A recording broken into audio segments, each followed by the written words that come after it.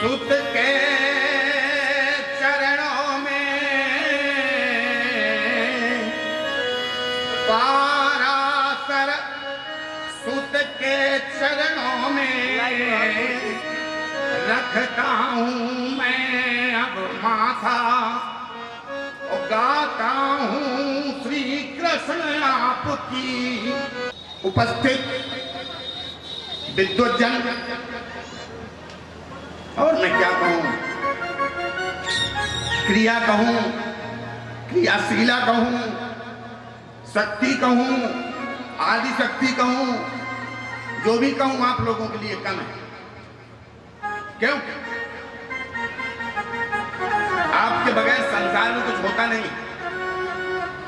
जब पैदा होता है तो बच्चे को आप झूला झूलाती हो, अब जब लोग बिगड़ जाते हैं तो उन पर आप पोटा भी लगवाती हो, पोटा लगवाती हो। आपकी तो महिमा निराली। आज निर्गुण निराकार निर्विशेष निरुपाधिक परमेश्वर का जो वामांग में विग्रह है श्रीमद् भागवत, उसके श्रवणार्थ आप सभी लोग यहां उपस्थित हुए हैं। बड़े सौभाग्य की बात है।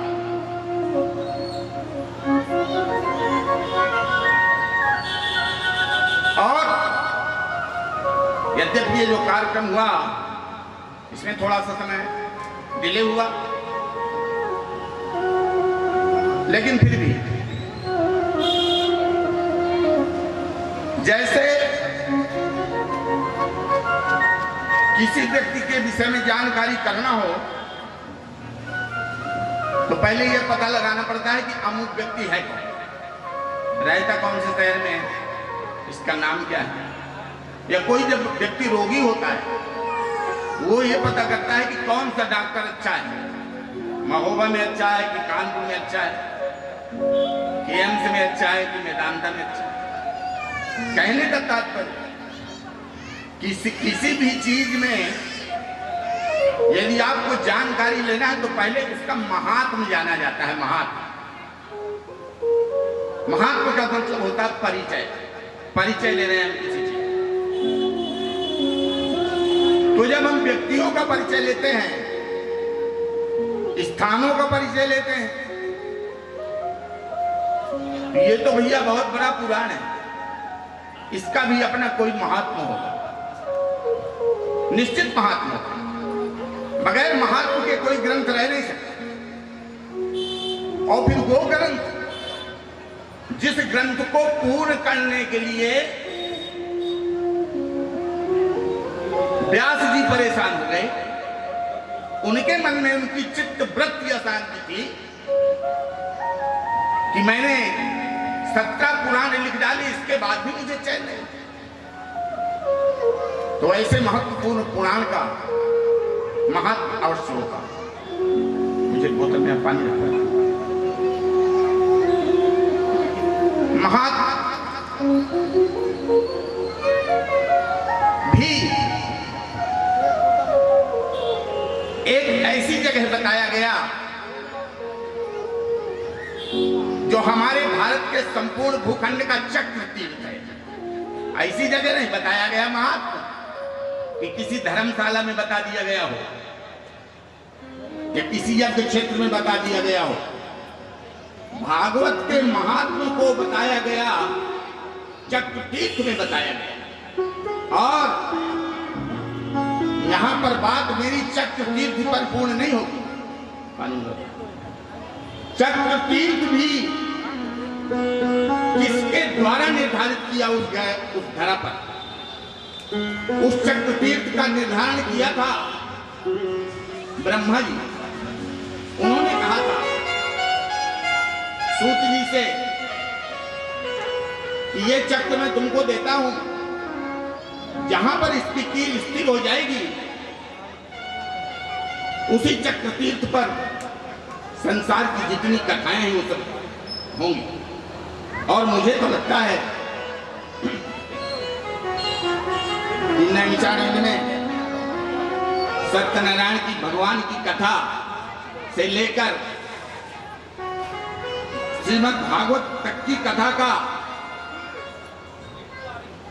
संबोधन वहां किया गया। दो चीजें मैंने देखी ज्यादातर, बहुत विदुषी महिलाएं मेरे सामने दिख रही हैं।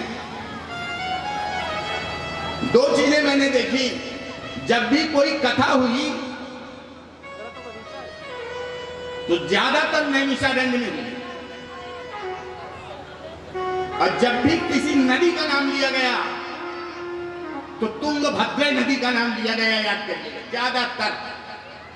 क्यों भाई, क्या कारण है? नैमिषारण्य लोग तुंगभद्रा के पीछे जो कथावाचक पड़े थे, इसकी भी अपनी कोई ना कोई महिमा है। देखिए, यदि आपको अपनी बच्ची का पारिग्रहण संस्कार करना है या बच्ची को दिखाना है, और आप कहते हैं कि हम बर पक्ष को अपनी बच्ची को हनुमान जी के मंदिर से दिखा देंगे तो भगवान मालिक है जो विवाह संपन्न हो जाए। जहां पर जिस चीज की व्यवस्था है उसका निर्धारण वही होना चाहिए। मैं ज्यादा समय नहीं लूंगा, नहीं तो मैं तो इसी में बोलता रहूंगा। आपको आज मैं एक ऐसी कथा सुनाने जा रहा हूं, देखिए।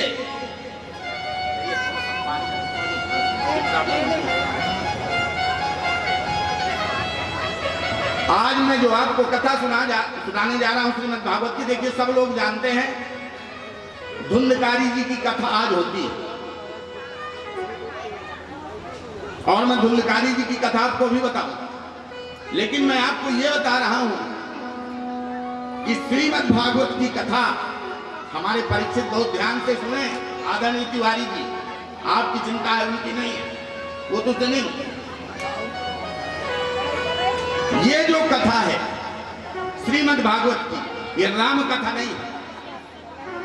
कारण बता रहा हूं क्यों। राम कथा सीधी कथा है और श्रीमद् भागवत की कथा टेढ़ी कथा है। अब आप कहेंगे पंडित जी आप तो अजीब बोल रहे, ये कथा भी टेढ़ी है, कथा वाला भी टेढ़ा है। जिसका नाम टेढ़ा, जिसका धाम टेढ़ा, जिसका काम टेढ़ा, जिसका बाम टेढ़ा, वो तो टेढ़ा हो गई। क्या ये लगा है टेढ़ा है, वृंदावन टेढ़ा है, द्वारिकाधीश वहां भी टेढ़ा है। और काम तो आप जानते हो, चोरी से पैदा हुए, चोरी से आए, चोरी से माखन खाया, चोरी से चीज खिलाया, सारा जीवन चोरी का काम रहा। तो काम भी टेढ़ा, नाम भी टेढ़ा, और धाम भी टेढ़ा, और बाम भी टेढ़ा, शरीर भी टेढ़ा है। कभी भी एक जगह भगवान कृष्ण अगर सीधे खड़े होंगे, मुझे जरा बता दो, मैं भी उस चित्र का अनावरण कर लूं। जहां भी देखा मुझे तो टेढ़े मिले। पहली स्थिति। दूसरी स्थिति, दूसरी विचित्रता क्या है इनकी? इनका जन्म हुआ था अष्टमी को, याद रखिएगा, अष्टमी को जन्म हुआ था। और यद्यपि क्योंकि मैं गणित का प्राध्यापक हूं, गणित का लेक्चरर हूं, तो मैं अपनी गणित के हिसाब से भी कुछ चीजें आपको बता रहा हूं। आप 8 की टेबल पढ़िए। आप 8 की टेबल क्या कह रही है? 8 1 जा 8 और 8 2 जा 16, यही हुआ। 8 8 गुना 16, 16 के दोनों अंकों को जोड़िए तो क्या मिला? 7। पहले 8 था, फिर क्या आया? 7, फिर 8 फिर 24, फिर क्या मिला? 6, फिर 8 चौको 32, फिर क्या मिला? 5, फिर 8 पंच 40, फिर क्या मिला? 4। क्रम क्या हुआ? घटा। फिर 8 छंग 48, 8 से 56 बढ़ता गया। तो कभी घटे और कभी इनका क्रम एक जैसा नहीं है, इसलिए इनका सिस्टम सब टेढ़ा मेढ़ा है।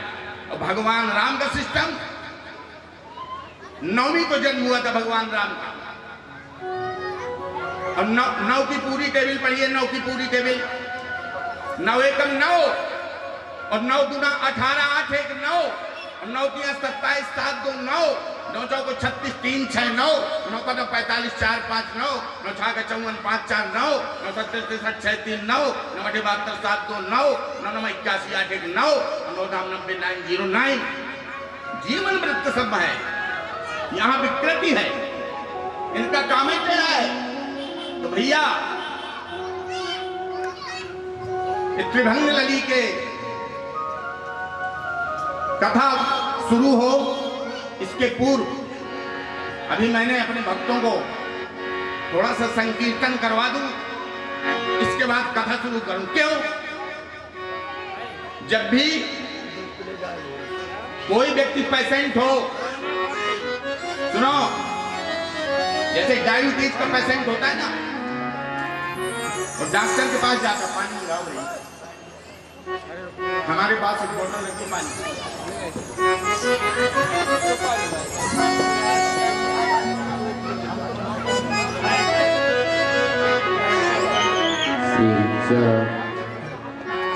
भैया तुम्हें कोई गाओ,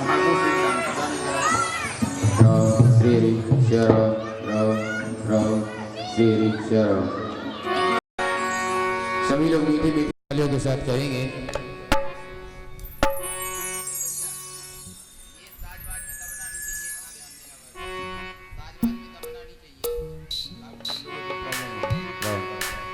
मुहे लागे प्यारो नाम,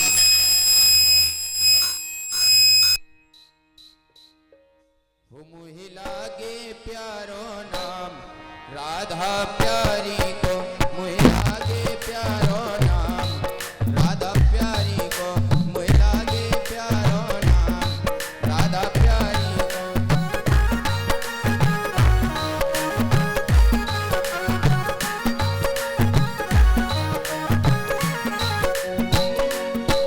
अच्छा, हमें लग रहा है जितने लोग बैठे हैं इन्हें कोई मतलब नहीं है कथा से।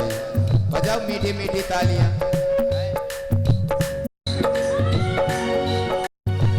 राधा प्यारी को ब्रजभान दुलारी को, राधा प्यारी को ब्रजभान दुलारी को, मोहि लागे मोहि लागे मोहि लागे प्यारो नाम, राधा प्यारी को मोहि लागे प्यारो नाम, राधा प्यारी को।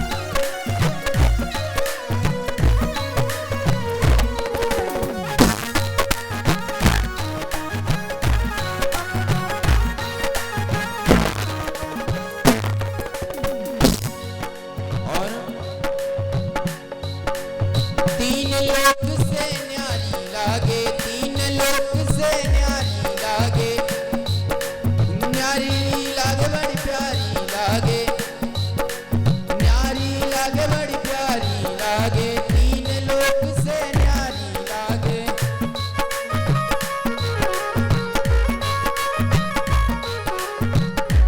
जिसका हर बरसानो है गाँव, वो बरसानो है गाँव, राधा प्यारी को मोहि लागे प्यारो नाम, राधा प्यारी को मोहि लागे प्यारो नाम, राधा प्यारी को मोहि लागे प्यारो नाम, राधा प्यारी को।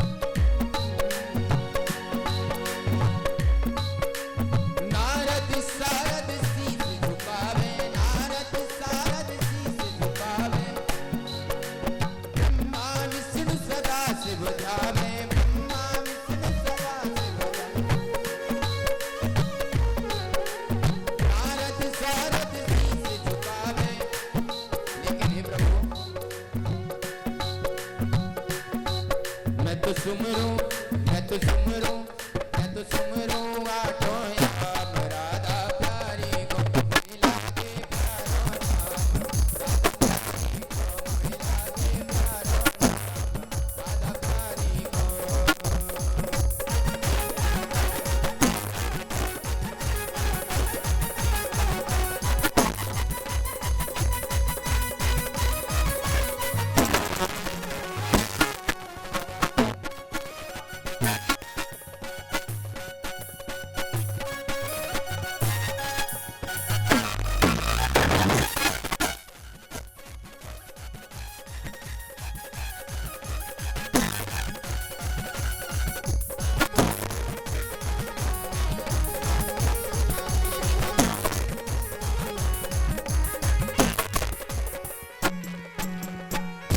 काल जो इनको जावे हमें ऐसे लग रहा है, सही बताएं थोड़ी सी वेट, हमें ऐसे लग रहा है जैसे सब लोग केवल बैठ के सुन में बस आए हुआ कि बढ़िया भजन चल रहे सुनो और पकड़े चलो। भूत बावन भगवान भोलेनाथ ने कहा जो तप करे कुमार तुम्हारी भाभी मेट सका त्रिपुरारी। भूत बावन भगवान भोलेनाथ के दरबार में तालियां बजाओ, हो सकत हस्तरेखा बदल जाए, कोई गलत होने वाला होगा तो वो शुभ हो जाएगा। इसलिए सभी लोग प्रेम से ताली बजाओ और शब्द समझ में आ रहे हो तो गुनगुनाओ।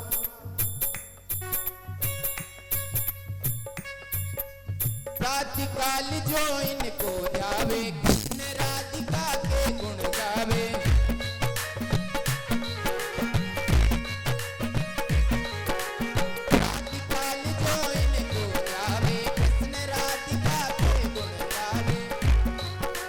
पूर्ण हो सब काम, पूर्ण हो सब काम राधा प्यारी को मिला के प्यारो राधा प्यारी को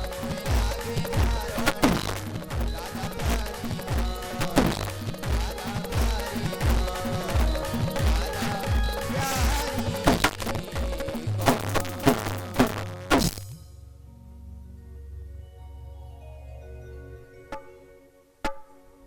सभी लोग कमर सीधी करके बैठ जाइए और बच्चों से कह दीजिए थोड़ा शांत हो जाइए और सभी लोग अपना कटोरा सीधा कर लिए। कटोरा श्रद्धा का कटोरा बिल्कुल सीधा करके बैठिए। एक चीज आपको बता दें, और यदि कटोरा उल्टा रहा तो बरसात चाहे जितनी हो सुबह खाली का खाली मिलेगा। अब मैं आपको कथा में लिए चलता हूं। नैमिषारण्य में 88,000 सौनक ऋषि एकत्रित हैं। 88,000, और उनमें एक बहुत ही वयोवृद्ध सौनक हैं जो सूत जी की उम्र से बहुत छोटे हैं। लेकिन सूत जी से प्रश्न कर रहे हैं कि सूत जी महाराज हमारी एक समस्या है। सूत जी कहते हैं समस्या क्या है? आपकी श्रीमद् भागवत यहीं से स्टार्ट होती है, ध्यान से सुनिएगा। तमाम वक्ता इसको बहुत ज्यादा मत देते हैं तो भागवत का महात्म एक्चुअली में समझ में नहीं आता है लोगों को। मैं आपको प्रॉपर्ली बता रहा हूं, ध्यान से सुनिएगा। सूत जी कहते हैं क्या समस्या है? तो सौनक ऋषि कहते हैं समस्या ना सतयुग में थी ना समस्या त्रेता में थी, बस बेटा, ना समस्या द्वापर में थी, समस्या कलयुग में उत्पन्न हुई। तो सूत जी ने कहा कि यह समस्या कलयुग में ही क्यों उत्पन्न हुई? अगर यह समस्या थी तो इसको पहले उत्पन्न हो जाना चाहिए था। कलयुग में ही क्यों उत्पन्न? क्या पहले आताताई, अनाचारी, अत्याचारी, दुराचारी, पापाचारी लोग नहीं थे? कलयुग में ही बड़े, कलयुग में ही यह समस्या आ गई। तो सूत जी ने कहा शौनक ऋषियों ने कहा, बोले पहले त्रेता में, द्वापर में और सतयुग में कलयुग के रहने की कोई प्रॉपर कंडीशन नहीं थी, लेकिन कलयुग को राजा परीक्षित ने प्रॉपर 5 स्थान दे दिए हैं। तो अब ये कलयुग तहलका मचाए। ना तो कलयुग सतयुग में व्यवस्थित था, ना ये त्रेता में व्यवस्थित था, ना द्वापर में व्यवस्थित था।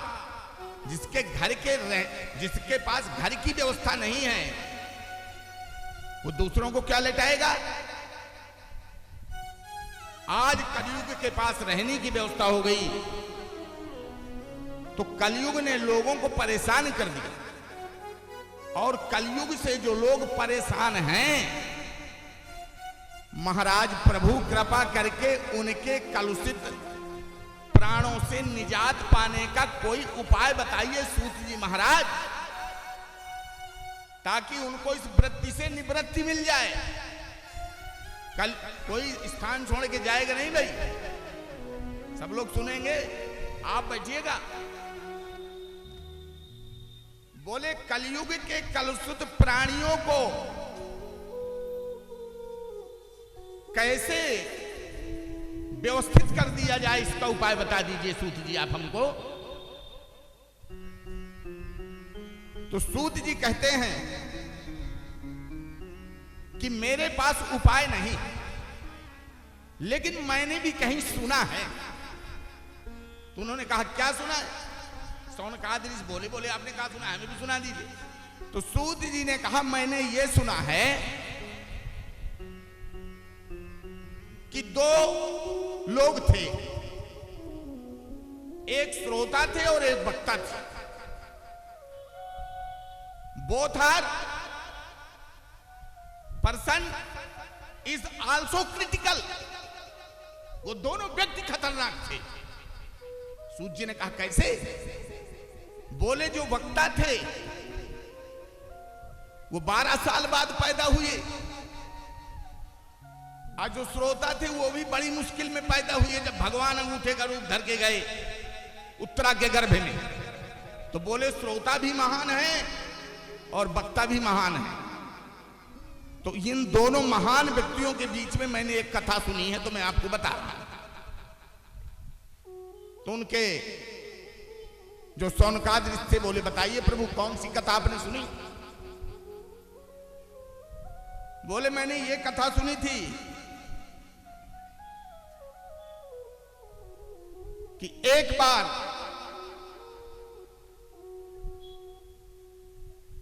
ब्रह्मर्षि नारद, देवर्षि नारद को चिंता हुई। उसके पहले थोड़ी सी चीज और है, मैं आपको बता दूं काहे को छूटे। इन्होंने जब कहा कि सुखदेव जी जब उनको कथा सुनाना शुरू किए, सूत जी शौनकादिक ऋषियों को, तो हमारे ब्रह्मांड में जो देव सत्ता है ये इतनी विचित्र है कि ये अपने स्वार्थ के पीछे किसी को भी बलिदान में चढ़ा देती है, इसका नियम है। और ये सब अमर हैं, देवता अमर हैं, और देवता अमर हैं तो इनका दुर्भाग्य है, ये बहुत बड़े भाग्यशाली नहीं है। आप ये मत सोचिए कि देवता बड़े भाग्यशाली हैं। अब मैं आपको बता रहा हूं क्यों ये भाग्यशाली क्यों नहीं है। जब ही दशानन कीन सकोहा तो देवन तजे मेरी गिर खोहा। जब रावण क्रोध करता था तो देवता गुफाओं के अंदर घुस जाते थे। क्यों? इसलिए घुसते थे कि यदि अमर न होते तो मर जाते। अमर हैं, मरेंगे है नहीं, और ये मारेगा बहुत। तो चाहे एम्स में चले जाएं, चाहे वेदांता में चले जाएं, खाली ग्लूकोज की बोतल चढ़ेगी और दर्द होता रहेगा, मरना है नहीं। तो क्या अमृत तो बहुत अच्छी चीज है। तो देवताओं ने सोचा कि आज बहुत अच्छा मौका है, सारी देव सत्ता ने सोचा कि आज इतना शुभ समय है कि अगर आज इस शुभ समय में हम पहुंच जाएंगे तो परीक्षित को बेवकूफ बनाकर अपना काम सेट कर लेंगे। और सारे देवता आ गए कलश लेकर अमृत का। और सूत जी कहने लगे सुखदेव जी से, बोले यदि आप चाहें तो आप हमसे ये अमृत का कलश ले लीजिए। तो सुखदेव जी बोले मुझे क्या करना है अमृत का कलश, मुझे अमृत के कलश का क्या प्रयोजन, मैं अमृत के कलश को लेकर क्या करूंगा भैया। बोले आपको नहीं दे रहे। तो बोले किसको दे रहे हो। बोले आपके सामने जो बैठे हैं हम चाहते हैं उनको दे दें। तो बोले काहे, जब तुम मुझे दे सकते हो तो डायरेक्ट वहीं बात करो ना परीक्षित जी से। जैसे ही देवता परीक्षित जी की ओर मुड़े तो सुखदेव जी बोले वाह, मैंने तो सोचा था कि देव सत्ता के लोग स्वार्थी नहीं होते, लेकिन आज मुझे प्रत्यक्ष पता चल गया